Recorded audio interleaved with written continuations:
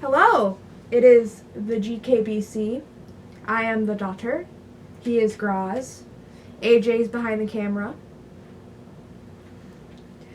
And we're here today to talk about Jane Eyre, which is by Charlotte Bronte, probably. But Not really. yeah, not really. Most likely written by Branwell. Shh, you can't tell anybody. Part of it, at least. Part of it. So, yeah, we're going to be discussing this because we both unfortunately read it. I liked it. But apparently it's an autobiography, which I didn't know. Thought it was fictional. Hey, this one's also by Dalmatian Press. You know who runs that company? Cruella. Cruella. Cruella. Wow. Yeah, the special editions are made out of actual Dalmatian skin. Yummy, yummy. But anyway, I actually liked this. I don't know why she said unfortunately. I enjoyed reading it from page 1 all the way to the end. I think I understand the ending historically. We'll get to that. Basically, we started this project to have fun with the Bronte sisters because, you know, there's like drawings and stuff of them, and there's photographs that might be them or might not be them, and there's just like there's a mystery around the family. So we thought it would be fun what if there were no Bronte sisters? What if each one was a figment of the imagination of a lonely boy named Branwell, and he was able to write in different styles, slightly different styles, and then when it came time for like pictures and photographs and stuff, it was him wearing maybe his mother's or governess's clothes, and that's why there's such a mystery. We know that's probably not true. Mm-hmm. I mean, we're not saying it's aliens, but it's probably aliens. You know, it's just something to have fun with, and we get to read what I think are, at least so far, one good book. I don't know about the next 6. But Jane Eyre, I thought, was a really good book. Honestly, the first 200 pages are some of the best storytelling I think I've ever read. Excuse me. It was like this gothic tale of a girl just overcoming all adversity and against all odds having pride in herself and being who she wanted to be. And then it kind of seemed to me around page 200, somewhere between 200 and 227, and I know that sounds exact, but in the copy that we have, page 227 is a stopping point, or like a chapter break. But it kind of seemed to me that the writing style changed. And I don't mean like, okay, she's not in the gothic sad part of her life anymore, let's be cheery. No.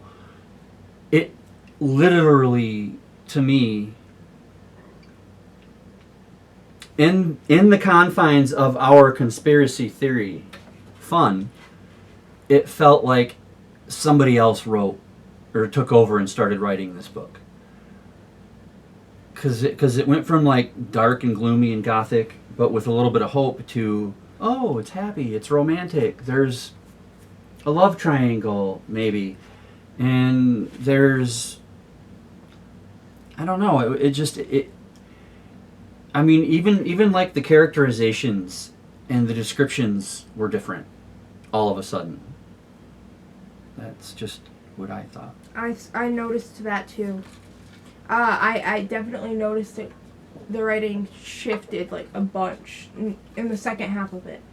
And then it kind of flips back though. Yeah, it goes like this, flip flop, flip flop. Like it goes from that gothic, really neat, descriptive, strong writing, and then at like 2 to 227 pages, it flips to happy, frilly, romantic. Ugh.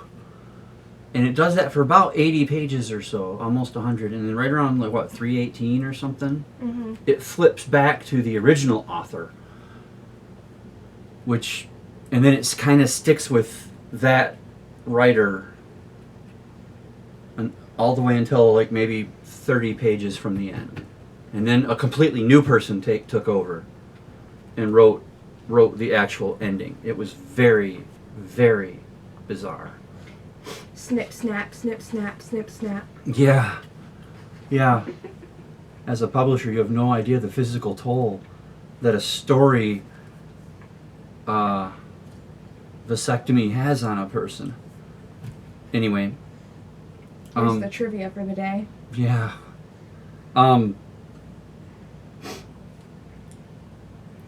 The characters were, well, I'm not going to say it has a depth of characterization, because honestly, I would say that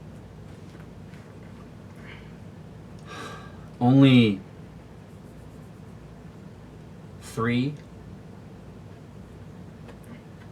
characters have true depth and actually feel like they could be real people in here.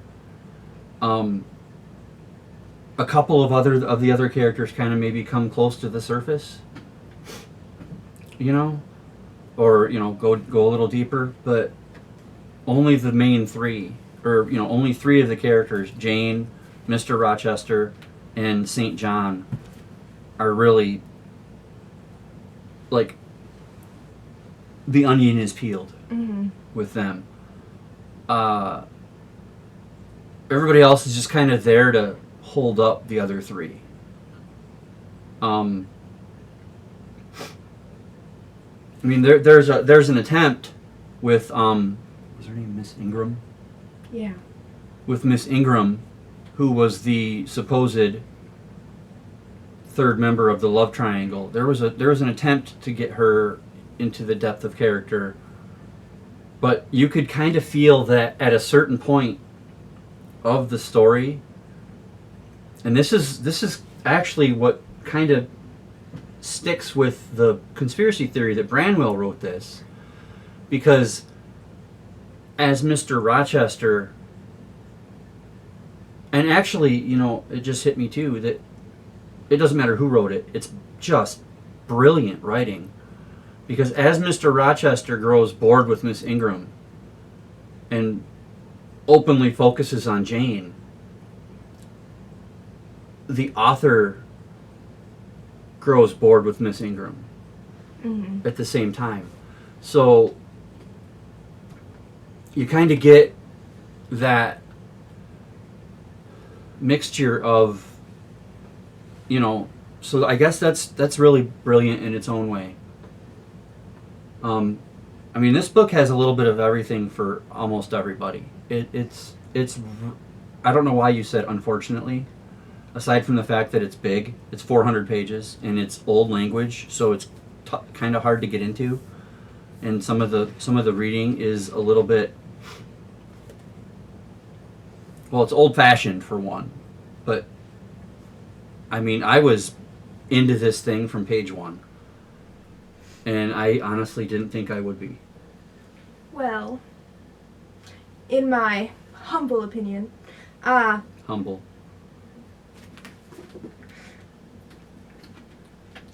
I really enjoyed it until the end. The end destroyed it for me. I hated the end. Okay. What about the end? I'm saving my opinion on the end for a reveal, kind of. So I'm just allowed to talk about it. Pay attention to the pirate. Okay, everybody? pay attention to the pirate.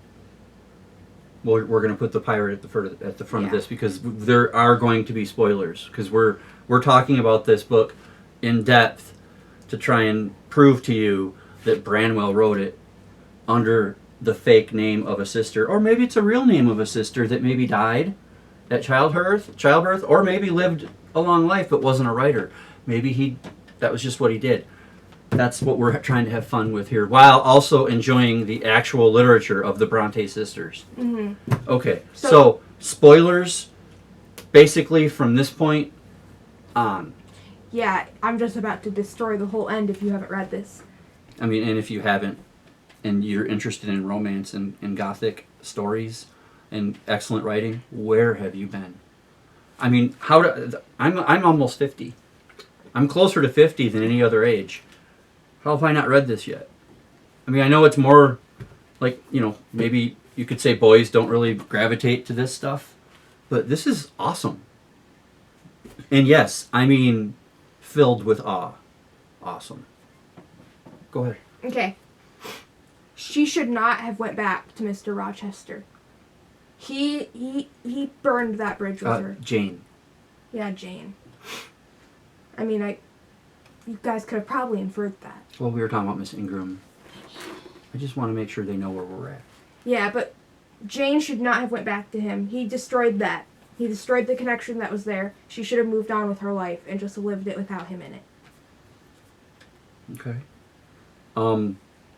Now, for the uninitiated that haven't read this, basically Jane and Mr. Rochester are engaged.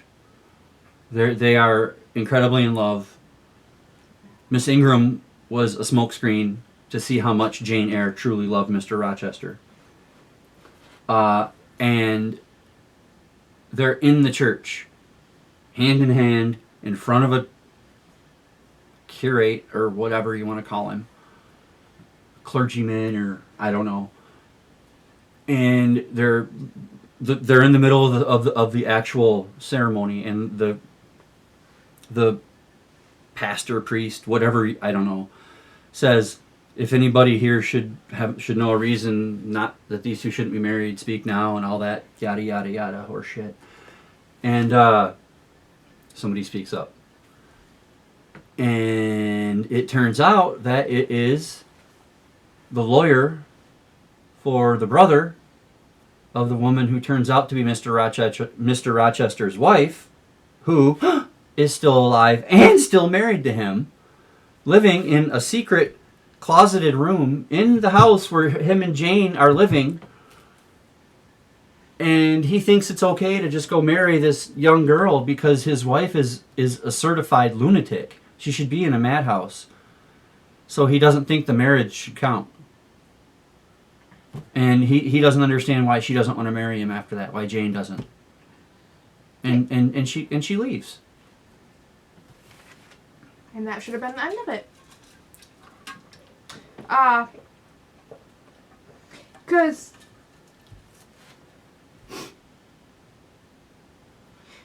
also another thing that bothered me with this whole relationship of Jane and Mr. Rochester, and I know it was normal back then, but it's not normal now, and I'm reading it from a now perspective, was the age gap. He's 40. He's in his 40s probably. That's what They say that late like 38 to 42, something like that. I mean, they never really give it away, but you can kind of figure that out. And she is 19. And that's just really, really gross to me. I know it was normal back then, but... Well, honestly, she was an employee of his, too. Yeah, it's yucky. She was the governess for the child in the story, which may or may not have been his. Because he's a womanizer as well. Yeah, because he has her right here. Yeah, under the thumb. Now, are you ready? Mm-hmm. Because I'm actually pretty proud of myself for figuring this out. Yeah, I'm ready. Because I know what this book is. Okay? Mm-hmm. I figured it out at the end, and I was just blown away. Okay? Mm-hmm. I love the ending.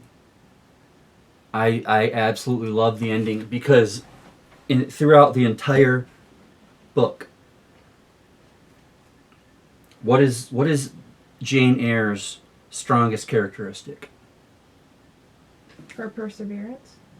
Right. She never truly does anything that she doesn't want to do or feel is right for her. Mm-hmm. Right? I mean, she stands up to them awful relatives at the beginning, right? Including the aunt. She stands up to the principal slash pastor of the school. Mm-hmm. You know, Mm-hmm. she does her own thing. She proves that she's good by being good. Then when she's ready to leave that school, she goes and she finds herself a governess job, right? And she finds the right one, and she does it to the best of her ability. And even though she's in love with Mr. Rochester, she's ready to leave that job and the girl that she appreciates and the man that she loves because she feels that he wants to marry Miss Ingram, right? And then, oh wait, you want to marry me? Okay, I want that too. So let's do that. Wait, oh, you're married to somebody else who's still alive. Okay, it doesn't matter what you say. It's not right. I'm out. And then she just leaves, and she goes and she finds these people who miraculously end up being her relatives. Yeah, that was weird. I saw that coming, by the way. Well, I knew it was coming. Right, because well, anyway, and no matter what St. John uses as his persuasion, she doesn't marry him. She's like, I will go to Africa to be your assistant, but I will not marry you. I've never promised that, right? Mm-hmm. And then at the very end, when she realizes that she actually does still love Mr. Rochester, she has decided that that's the right thing for her, and she goes back to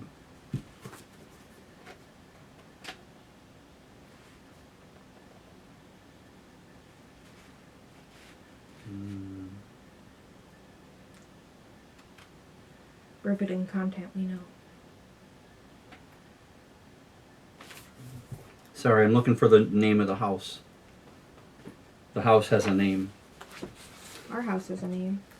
Thornfield Hall. She goes back to Thornfield Hall. Thank you for helping. Mm-hmm.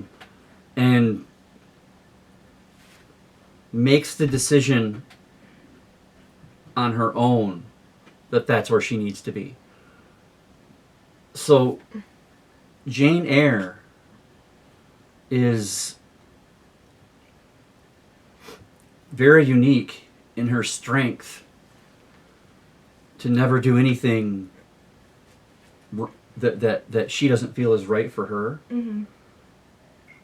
including going back to Mr. Rochester. So the reason I love the ending is she decides at the end that the love is enough, right? Mm-hmm. And it took her going out on her disappearing and making her own life again as a teacher, right? Mm-hmm. To realize that. And honestly, what Jane Eyre does in this book, and the choices she makes for the time frame, 1846 or whatever this is. Mm-hmm. This they talked about it on a TV show once, but yes, this book is light years ahead of its time, because that is the ultimate level of feminism that people are always reaching for. Mm-hmm. This is a perfect example of it, all the way to the end. Jane Eyre is the perfect feminist without being antagonistic about it. She's just like, this is what's right for me. This is my life, and I'm going to live it to the best that I can, Mm-hmm. regardless of and I'm not going to get married until I want to, and I thought that was brilliant at the end. Well, when you say it like that, it makes me appreciate it a lot more. Pitter patter. But yeah, that's why I was so excited to do this video, because I saw that at the Yeah. end. I was like, oh my Lord, that's written so well. She decided on her own. She didn't, it wasn't because St. John pushed her. It wasn't because Mr. Rochester still wanted her, because he had given up hope on her. Mm-hmm. And St. John's like, okay, I'm leaving. She did it because she wanted to. Mm-hmm. Because she knew it was the right thing to do for her. And if that's not the definition of feminism, then A, I don't know what that word means, and B, I'm reading it completely wrong. Yeah. And I don't think that I am. This was fantastic. I'm actually going to get a nicer copy, because this set that we got is garbage, and this is just some old thing that we had. So I'm going to get one of those nice hardcover, maybe even a penguin. Jane Eyre has to come in a penguin. Oh, for sure. I'm sure they all come in penguins. I don't know about all. Penguins are usually classics, and I've heard Agnes Grey is not very good. Now, any final thoughts? That's my final thoughts. Well, I just want to say one thing about a character. Are we doing good on time? Yeah, you have 8 minutes. Okay. 9 minutes. I'm going to throw this down, by the way. Just making sure, because the table's going to shake. Okay. So, sorry, camera people. I trusted you, St. John. I trusted him. Yeah, he turned into a creep. How dare my 19-year-old cousin, first cousin, doesn't want to marry me? I would like to point out one thing, Hmm. and it doesn't diminish what she's feeling at all. I'm just pointing this out, that by that time she's probably 22 or 23. Whatever. Because she was a teacher for a while, and you know what I mean? Mhm. So she's in her early 20s, but it doesn't matter. That's nitpicking. He turned into a creep. And you guys are getting the finger wag. I don't want to hear that it was normal back then, because they acknowledged themselves before that as siblings. Well, it's bad enough because they're first cousins. Yeah. First. Not second, once removed. Not third, 17 times removed. Blood first. Now, I know that nowadays that might be weird. And back then, maybe it wasn't so weird. But it's still weird. And like she said, once they found out that they were actually related, and Jane insisted on giving them part of her inheritance that they thought they deserved part of, St. John and his two sisters, which we did not mention, they're kind of unimportant to the story. Yeah, they're just there. They're part of the cardboard cutouts on the sides of the real story. But they consider themselves a brother and three sisters. They even say it all the time. Even St. John and Jane consider each other big brother and little sister. And then and he still insists on marrying her? And that's the only way the missionary work will work, is if they're married? Dude, you turned into a real creep. So yucky. Now, I will say, St. John does have a redemption after that. You have to admit, he does. He never gets married to anybody. He lives the missionary life until the day he dies.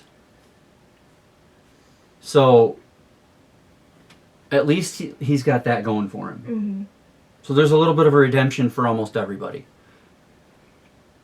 I will say one thing, though. I will say this, a negative. Because I didn't find much in this book to be negative about. At all. I mean, it didn't drag. It never seemed to drag for me. It was never boring. It was just good all the way through. The only thing I didn't really like was, and I don't really want to get into the whole deal, so if you've read it, you know what I'm talking about. I didn't really think it was realistic that Mr. Rochester's eyesight would come back. Mm-mm. I mean, he was in a fire. The one eyeball's gone. The other one was burned out, and somehow he was able to see again through the love of Jane. That, I thought, was a little far-fetched. It was a reach. I mean, unless, as Rachel Green said on Friends, there really are robots in here. In which case, Mr. Rochester's a robot. He's always been a robot. Yeah. So, that's all I have. He's gonna start melting like those things in that one episode of The Simpsons. That's all I got. That's all I have. So that's Jane Eyre. Like we said, the style shifted just enough for our conspiracy theory to hold. Mm-hmm.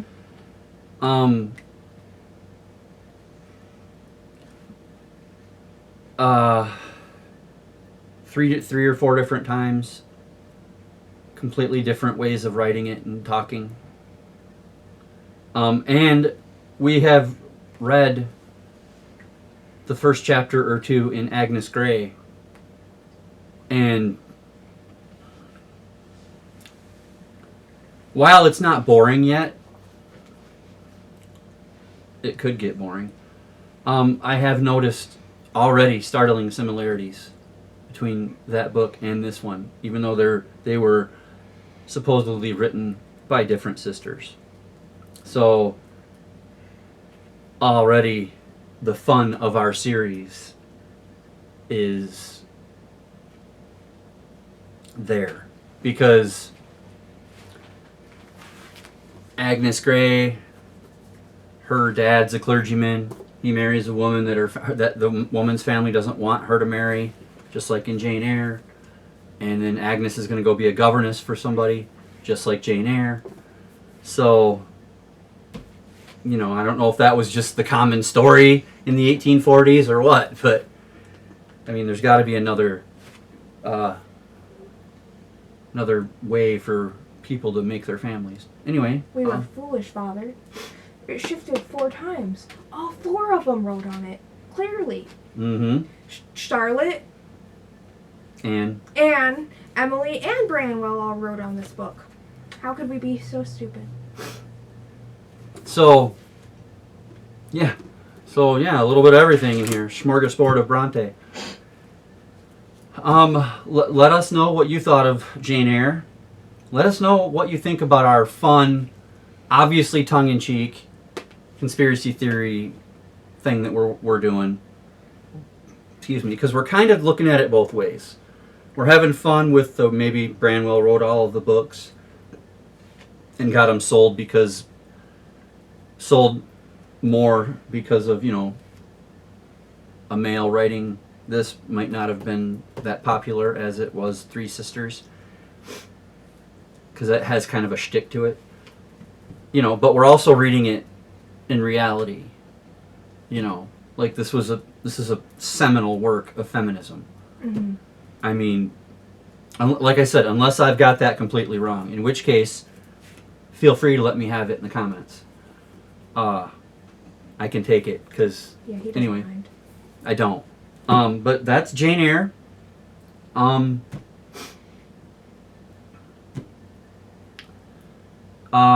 about a couple of weeks, maybe a month time, we'll be back with Agnes Grey. I think tomorrow you're going to get a treat, though, because AJ was talking about maybe making a video. So, until next time. Read more.